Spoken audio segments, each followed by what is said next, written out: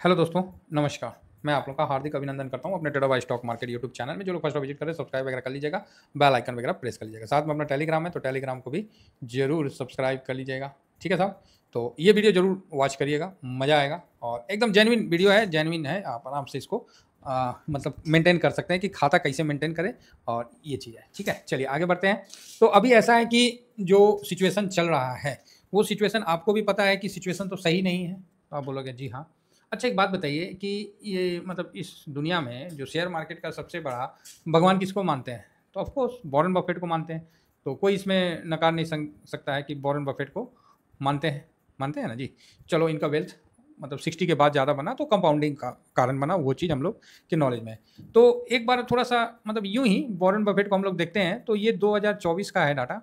तो Warren Buffett ना मतलब बोलते हैं कि 24 साल में सबसे ज़्यादा कैश लेकर बैठे हुए हैं। तो ये तो अगस्त 24 का था। अभी रिसेंट का है कि 25 में इनका और बढ़ गया 325 अरब डॉलर की नकदी पर बैठे हैं। इवेंट अप्रैल में जो है 300 अरब डॉलर की भारी भरकम नकदी। मतलब आप देख रहे हैं कि 25 का अप्रैल हो गया। इस समय क्या है, वॉरेन बफेट काफ़ी बड़े नकदी पे बैठे हैं। नकदी पे बैठने का मतलब क्या है? क्या इनको भरोसा नहीं है अमेरिका पे? देखिएगा, बहुत सिंपल है। भारी मात्रा में नकदी पे बैठे हैं तो नकदी पे बैठने का मतलब क्या है? कैश में बैठे हैं।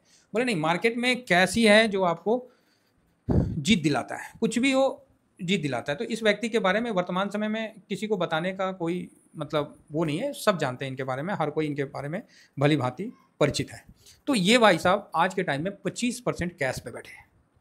कितने परसेंट कैश पे बैठे हैं? 25%। अगर किसी का 1 करोड़ का पोर्टफोलियो है तो 25 लाख, किसी का 100 करोड़ का पोर्टफोलियो है तो 25 करोड़। आप समझ रहे, 25 करोड़ पैसा को वो कैश में रखें आज के टाइम में, बहुत बड़ा बात है। बहुत बड़ा बात है। क्यों इनको अमेरिका का नहीं तेजी नहीं दिख रहा है? इनको नहीं समझ में आ रहा है ये सब तेजी क्या है, होता है नहीं होता है? इनको बताने की आवश्यकता है क्या? मतलब एक बात मैं बोल रहा हूँ, इतना बड़ा शख्स है तो देखिए क्या होता है ना, कभी काल हम लोग को भी थोड़ा देखना पड़ता है, समझना पड़ता है कि इतना बड़ा जो शख्स है, क्या इनको बताने की आवश्यकता है क्या? नहीं। तो ये इतना नकदी पे बैठे हुए हैं। इसका ये मतलब नहीं है कि इन्होंने शेयर मार्केट छोड़ दिया, शेयर मार्केट में जीरो कर लिए, फलाना कर लिया, ढिकाना कर लिया। ऐसा तो कुछ नहीं है। आप बोलोगे जी बिल्कुल सर। अब इसके बावजूद उनका अलग अलग मतलब एसेस्ट में अलग अलग सिस्टम में पैसा लगा हुआ है। ठीक है, और इन्होंने भी अपने पोर्टफोलियो को अच्छा खासा गोल्ड के माध्यम से हेज किया हुआ है। तो वही हम देख रहे थे कि क्या चक्कर है भाई साहब, क्यों इनको एआई नहीं समझ में आ रहा है, इनको क्रिप्टो नहीं समझ में आ रहा। देखिए, बहुत जेन्युइन बात हम बता रहे हैं आपको। तो आप बोलोगे सर ये पुराने ज़माना के इन्वेस्टर है। भैया बोलते हैं ना, 100 सोनार का और एक लोहार का। 100 सोनार का, एक लोहार का। तो ओल्ड इज गोल्ड बोला गया है तो ऐसे नहीं बोला गया, कोई कारण है। इतना बड़ा आदमी इतना बड़ा पैसा को लेके बैठा हुआ है तो इसके पास भी तो कुछ पेशेंस होगा। तो आप बोलोगे सर ऐसा क्या हो गया? तो देखो, इनको तो पता है कि अमेरिका की कमाई कितनी है, अमेरिका का क्या, इनसे कुछ छुपा होगा? तो आप बोलोगे जी बिल्कुल नहीं छुपा होगा, इनको सब पता होगा। हाँ, क्या इनके सामने तेजी नहीं बन रहा है? 20% 25% का तेजी नहीं बन रहा है? तो बिल्कुल बन रहा है। 30% का तेजी नहीं बन रहा, 50% का तेजी नहीं बन रहा, तो बिल्कुल बन रहा। तो क्या इन्होंने जीरो किया है? तो नहीं किया है। 75% लगा रखे हैं, वहीं तेजी बन रहा है तो उनका वहां से काम हो जा रहा है। 25% अपना कैश में रखे हैं। अब ये भाई साहब जब सोच रहे हैं कि अमेरिका अब बबल पे बैठ गया है, सही बात है। आप 100 रुपये कमाइए और 124 रुपये का कर्जा रहेगा तो कैसे दीजिएगा? तो आप ये भी बात बोलोगे सर सही है, कहाँ से देंगे? ये मतलब मैं पूरा अभी आपको एक निचोड़ निकाल के दे रहा हूँ। अब आते हैं थोड़ा सा बात पे। ट्रम्प साहब अभी चाइना के साथ बढ़िया संबंध कर लिया, जापान में भी शायद 15% का उन्होंने टैरिफ लगा दिया। तो देखिए, अमेरिका का कमाई है मान लीजिए जीडीपी जो भी है 30 ट्रिलियन के आसपास है ना, और 37 ट्रिलियन उन पर कर्ज है। क्लियर है? अब ये कर्ज आप किसी भी तरीके से पूरा नहीं कर पाएंगे। तो इसीलिए इलन मस्क भी इस बात को बोल दिया कि भाई अब आपको सीधा नहीं, अब दूसरे तरीका से आपको कर्ज चुकाना पड़ेगा। नहीं चुका पा सकते, नहीं होगा आपसे, क्योंकि कमाई अठन्नी खर्चा रुपया कैसे काम करिएगा। अब फेड साहब पावेल साहब को ज़बरदस्ती लाठी दे के तो जो रेट कट किए हैं वो और बेड़ा गर्क होने जा रहा है, क्योंकि इन्फ्लेशन बढ़ता जा रहा है। वो तो बोले थे 2% पे रहेगा तब करेंगे, और इन्फ्लेशन उनका 2.9 हो गया, तो वहाँ पर ही और बेड़ा गर्क हो रहा है। क्लियर है? तो ये चीज़ समझिए।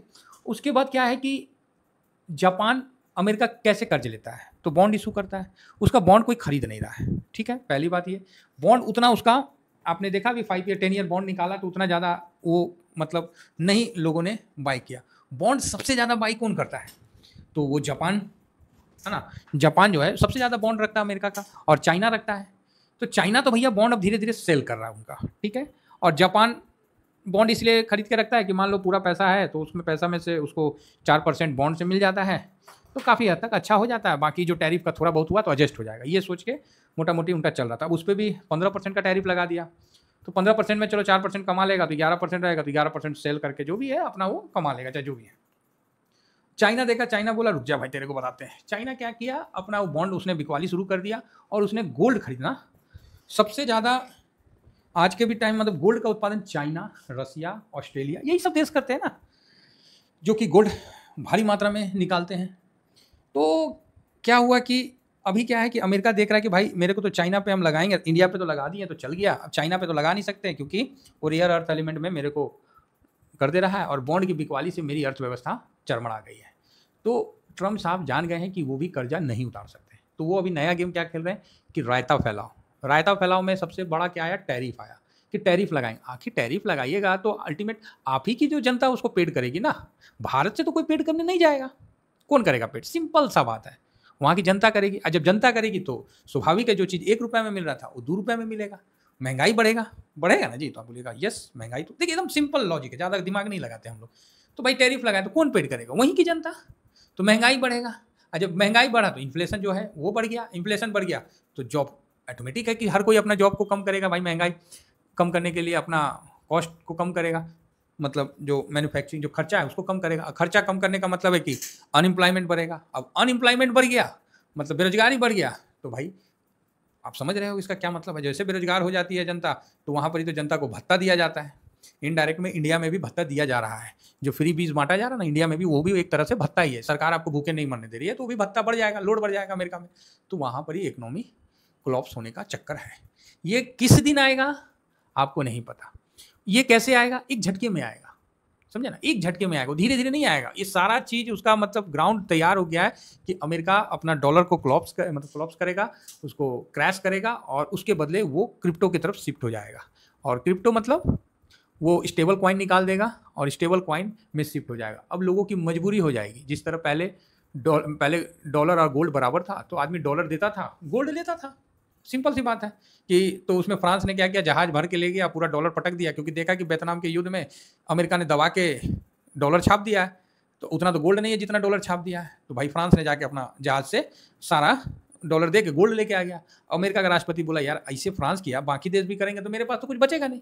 तो उन्होंने अगला दिन बोल दिया कि भैया आज से डॉलर और गोल्ड का कोई संबंध नहीं है, अब जिसके पास जो डॉलर है वो एक स्टेबल करेंसी के तौर पे पूरे वर्ल्ड में किया जाएगा, और कोई इसके खिलाफ होगा तो अमेरिका उसके खिलाफ चला जाएगा। और देखें कि जो जो देश ईरान इराक जो भी इसके खिलाफ गया है अमेरिका ने बर्बाद कर दिया उसको। ठीक है, हथियार उथियार तो था ही, अब एक तो पैसा भी ले लिया, सोना भी ले लिया, अब उसके बाद आप उसे मांगने जाइएगा तो लड़ाई करिएगा, वो नहीं देगा तो, और हथियार उथियार भी उसके पास मजबूत है तो मारधार मचा दिया। समझ रहे, सेम कंडीशन अभी हो गया है और अभी यही चीज़ अमेरिका करेगा, ये मान के चलिए। और वो इसीलिए क्रिप्टो के लिए सबको प्रमोट कर रहा है, उसको करेंसी में कर रहा है, बिटकॉइन को वहाँ का रिजर्व करेंसी बनाया जा रहा है। लेकिन लोग क्या है कि क्रिप्टो को नहीं अपना रहे, जिस तरह भारत है नहीं अपना रहा, उसका कोई बेस ही नहीं है, बेस ही नहीं है तो फिर क्यों अपनाएगा। इसीलिए भारत उस पर नहीं काम कर रहा और बिल्कुल सही काम कर रहा है। अब यहाँ पर ही बात आती है तो फिर से लोग क्या करेंगे कि गोल्ड पे भरोसा शुरू करेंगे, समझे ना, कि क्रिप्टो दे दिया स्टेबल कॉइन। आप बोलोगे सर स्टेबल कॉइन दे दिया तो उसमें क्या दिक्कत है, हम स्टेबल कॉइन से काम कर लेंगे। ठीक है, आपको हम एक तो कूपन दे देते हैं कि 1000 रुपये का कूपन ले जाइए। आप मेरे को 1000 रुपये हम आपसे ले लिए और जब आप मांगने आए तो हम 1000 रुपये का कूपन दे दिए।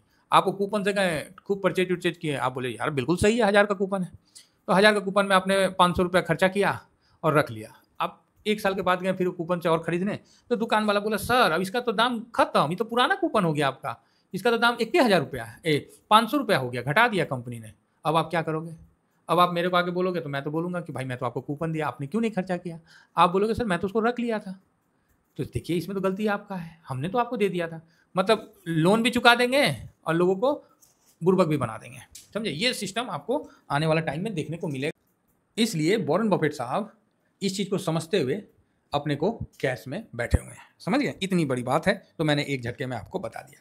अब रही बात जेफरी की, जेफरी के जो वुड साहब हैं उन्होंने भी गोल्ड का जो नया टारगेट निकाल के दिया 6600 प्रति ऑन्स, ठीक है 6600 मतलब 6600 पर ऑन्स के हिसाब से दिया, ठीक है। एक ऑन्स में कितना 3.1 ग्राम होते हैं समथिंग, है ना। तो इस प्रकार का ऑन्स का उन्होंने निकाल के दिया है, तो बड़ी बात है भाई साहब, 3 ग्राम के बराबर। मतलब उन्होंने तो सीधा अभी चल रहा है 3700 और उन्होंने 6600। बात समझ में आ रही है? सीधा डबल। भारत में 1,10,000 चल रहा है, मोटा मोटी 196 लाख, 2 लाख के आसपास। तो अब लोग क्या कर रहे हैं, बॉन्ड से ज़्यादा उधर जा रहे हैं। अब समस्या ये आ रही है, बॉन्ड से कहाँ शिफ्ट हो रहे हैं, गोल्ड में, सेफ एसेट में। अब समस्या क्या आ रही है कि जो गोल्ड है वो दुनिया में कितना बनता है, कितना निकलता है, तो मोटा मोटी 2500 टन से 3600 के आसपास मतलब गोल्ड का उत्पादन होता है ना, 3500 से 3600 टन, और डिमांड है 5000 टन का। कहाँ से पूरा होगा? ये भी लिमिट है। टोटल गोल्ड का रिजर्व माना जा रहा है एक अनुमान से कि 50,000 टन के आसपास है। अब भाई साहब इतना निकलता है 3500 से 3600 टन, अब इसका जो है इतना निकल रहा है और इसमें कुल मिला के डिमांड बहुत ज़्यादा है, सप्लाई से ज़्यादा डिमांड है, तो स्वाभाविक है कि भाई रेट बढ़ेगा। ठीक है, तो ये भी क्लियर है। आज के टाइम में दुनिया में जो गोल्ड का रिजर्व है वो मोटा मोटी प्रमुख देशों के पास ज़्यादा है, जिसमें भारत का भी अब नाम आ गया है ऊपर। ऐसा नहीं है कि भारत नीचे है, भारत ने भी तेज़ी से बढ़ाया है और इस साल 57 टन ऐड किया है। तो यूनाइटेड स्टेट 8133 ये वहीं पर स्टेबल है। फिर जर्मनी है, आप देख सकते हैं, इटली है, फ्रांस है, चाइना है, स्विट्ज़रलैंड है। रसिया का नहीं दिखाया इसमें, जा रसिया छोड़ दिया, लगता है गड़बड़ है, गड़बड़ है जी। रसिया कहाँ गया? हाँ इसमें है। अच्छा, 5वां नंबर में चाइना लिखा हुआ है ना, फ्रांस के बाद चाइना है। एक मिनट, अरे इतना चीज़ होता है ना कि गड़बड़ हो जाता है। 6 नंबर में स्विट्ज़रलैंड, 6 नंबर में चीन है, तो ये है सही। तो इसमें क्या है कि रसिया भी देखिए इतना, हमको तो लगता है रसिया भी फ्रांस को पीछे छोड़ देगा मे बी, क्योंकि रसिया में भी अच्छा बाइंग हुआ है। और रूस है, उसके बाद चाइना है और जापान है ना, इंडिया ने तो जापान को पीछे छोड़ दिया है, ये आप मान के चलो। 84 है ना, तो इंडिया ने जापान को पीछे छोड़ दिया। देखिए 845 है ना जापान का, तो इंडिया का 876 टन गोल्ड हो चुका है। बढ़िया बात है, बढ़िया बात है। तो इंडिया का ये हो चुका है, तो इंडिया अभी 7वां नंबर में मतलब शिफ्ट होकर ऊपर की तरफ खिंच गया है। तो ये चीज़ आप देख रहे हैं, पूरा वर्ल्ड बैंक सब दुनिया का गोल्ड खरीद रहा है, भारी मात्रा में सब गोल्ड खरीद रहा है, तो बढ़िया बात है। और भारत में मई का डाटा है कि 25 टन सोना खरीदा गया, तो भारत भी इस चीज़ को लेके चल रहा है। अब देखिए, आप बोलोगे सर ये क्लॉप्स होगा तो भारत पर असर होगा, 100% असर होगा, क्यों नहीं होगा। लेकिन भारत वैसा नहीं टूटेगा, क्योंकि भारत जो है ऑलरेडी कंजम्पशन वाला मतलब है मार्केट, या कंजम्पशन ज़्यादा होता है, तो इसलिए उतना। लेकिन गोल्ड रेट तो भागेगा, इसमें कोई डाउट नहीं है ना। गोल्ड रेट भागेगा और आसमान छुएगा, इसमें कोई डाउट नहीं है। अभी देखिए हम लोग इस जगह से हम लोग तो गोल्ड को आप फिजिकल भी ले सकते हैं और उसको आप डिजिटल भी ले सकते हैं। तो शेयर मार्केट में हम लोग गोल्ड बीज के तौर पे लेते हैं, तो आपके सामने है। तो आप देखते देखते 91 और साल भर में 40-50% का रिटर्न आपको दे दिया, और ये इधर कंटिन्यू दिया। हालांकि मेरा ये एक अनुमान है जो कि अपना बताया गया है उनके द्वारा कि भाई इतना हो सकता है। जेफरी के जो है ना क्रिस वुड द्वारा बताया गया है कि भाई गोल्ड इतना हो सकता है। अगर गोल्ड इतना होता है तो अपना जो गोल्ड बीज का प्राइस कितना होगा। तो 91 चल रहा है अभी, जो कि बहुत मतलब हम लोग की तरफ से तो हाई में ही है, ज़्यादा ही है। तो इस हिसाब से आप देख सकते हैं कि साल भर का जो रिटर्न है वो काफ़ी ज़्यादा दिया हुआ है ना। तो मोटा मोटी आपको एक साल का रिटर्न देख लीजिए, तो 46% मतलब 50% का रिटर्न देखिए। 46% तो यहीं ग्राउंड में दिख रहा है। आप मोटा मोटी 50% का पकड़ सकते हैं कि रिटर्न गोल्ड ने बना के दिया है एक साल में। अगर उनका जेफरी के जो है क्रिस वुड का कहना सही है, तो भाई साहब ये जो आपका निफ्टी बीज है ना, जब गोल्ड 2 लाख में जाएगा ना, तो ये चला जाएगा 172, कितना 171 तक का टारगेट आप अचीव कर लोगे। आप बोलोगे सर ये बहुत ज़्यादा हो गया, बहुत ऊपर हो जाएगा। भाई हम क्या कर सकते हैं, हम तो एक सिंपल मैथ वाले आदमी हैं, सिंपल हम तरीका बता सकते हैं। तो भारी मात्रा में अगर उस तरह से भागेगा तो आप 172 का लेवल ध्यान में रख सकते हैं। तो ये कब तक हो जाएगा, देखिए ये एक अनुमान है। आपको पोर्टफोलियो को हेज करके भी रखना है, तो बराबर हेज करके रखने का है। और इसका ये मतलब नहीं है कि पूरा गोल्ड में भी, क्योंकि आपके पास एग्जांपल है कि गोल्ड 10-10 साल तक कुछ बढ़ा भी नहीं है, ये भी बात है, ये भी बात है। अभी जो गोल्ड बढ़ा है ये एक नॉर्मल बढ़ा है और ठीक ठाक बढ़ा है ना, मतलब अच्छा बढ़ा है। साल भर में आप देखिए 0.5% मतलब, तो अच्छा बढ़ा है। हम ये नहीं कह रहे कि गोल्ड यहाँ से टूट के गिर जाएगा, लेकिन जो अगर इस तरह का व्यू रहेगा तो गोल्ड आपको डबल होने का भी चांस बनता है। अगर नहीं होता है, अगर इस तरह का कुछ नहीं होता है, तो फिर आपको गोल्ड यहाँ से साइडवेज होने का भी है। तो दोनों कंडीशन में आपके पास गोल्ड होना चाहिए। पोर्टफोलियो को हेज करने में भी गोल्ड का काम आएगा और रिटर्न बनाने में भी। नहीं देता है तो फिर कोई बात नहीं, आपका ये पड़ा रहेगा जस्ट लाइक सेफ एसेट के तौर पे। ये चीज़ समझ के चलिए। हालांकि इंडिया में म्यूचुअल फंड अपना मुथ्थू फाइनेंस के अनुसार, जो उनके सीईओ का कहना है कि इंडिया में कम से कम घरेलू जो डेड एसेट्स में पड़ा हुआ है वो 28,000 जो है ना टन गोल्ड पड़ा हुआ है इंडिया के घरों में। बात समझ रहे हैं? तो म्यूचुअल फंड जो मुथूट फाइनेंस जो गोल्ड लोन दे रहे हैं, वो इसी बेस पे दे रहा है और उनका जो अनुमान है वो इस तरह से है। तो यहाँ पर ही हम गोल्ड में कोई छोटा व्यू नहीं लेंगे, गोल्ड को बड़ा व्यू के साथ, दोनों व्यू है, एक व्यू है कि साइडवेज चला जाएगा 2-3 साल, तो ठीक है ना, चला गया तो कोई बात नहीं, अच्छा रिटर्न दे दिया है, तो कोई दिक्कत नहीं। अगर किसी भी कारण से अमेरिका का डॉलर को वो क्लॉप्स करता है, खत्म करता है, दूसरे करेंसी में शिफ्ट होता है, तो उस समय इसका जो है ना आग लग जाएगा, कोई लिमिट नहीं रहेगा, ठीक है? जो लेवल दिए हैं वो भी चला जाएगा। ऐसे तो लेवल निकालना नहीं चाहिए इतना ऊपर का, लेकिन क्या करें, मजबूरी था लेवल निकालना। और आपने देखा था कि कोरोना में हम लोग ज़्यादा पुराना तो नहीं ना देखेंगे, 2008 में देख सकते हैं, 9 में जब हुआ था तो उस समय भी गोल्ड स्टेबल रहा। फिर उसके बाद हम देखेंगे कि 2020 में भी देखिए तो गोल्ड वहाँ से मतलब अपना पोर्टफोलियो को हेज करके दिया। तो उसी तरह इसको हेजिंग पर्पज से लेके जरूर रखेंगे, बाकी ये रिटर्न तो बना के दे ही रहा है, जो कि आप लोगों के सामने है। तो ये मेरा पूरा व्यू था कि अगर अमेरिकी की अर्थव्यवस्था गड़बड़ाता है तो भी गोल्ड आपको बना के देगा, अदरवाइज हो सकता है कि 2-3 साल के लिए साइलेंट भी रहेगा। दोनों व्यू के साथ हम लोग को चलना चाहिए, एक व्यू खतरनाक हो सकता है, दोनों व्यू के साथ चलिएगा तो आप रेडी रहिएगा कि प्लान 1 क्या है और प्लान 2 क्या हो सकता है। Thank you very much. जय हिंद, जय भारत।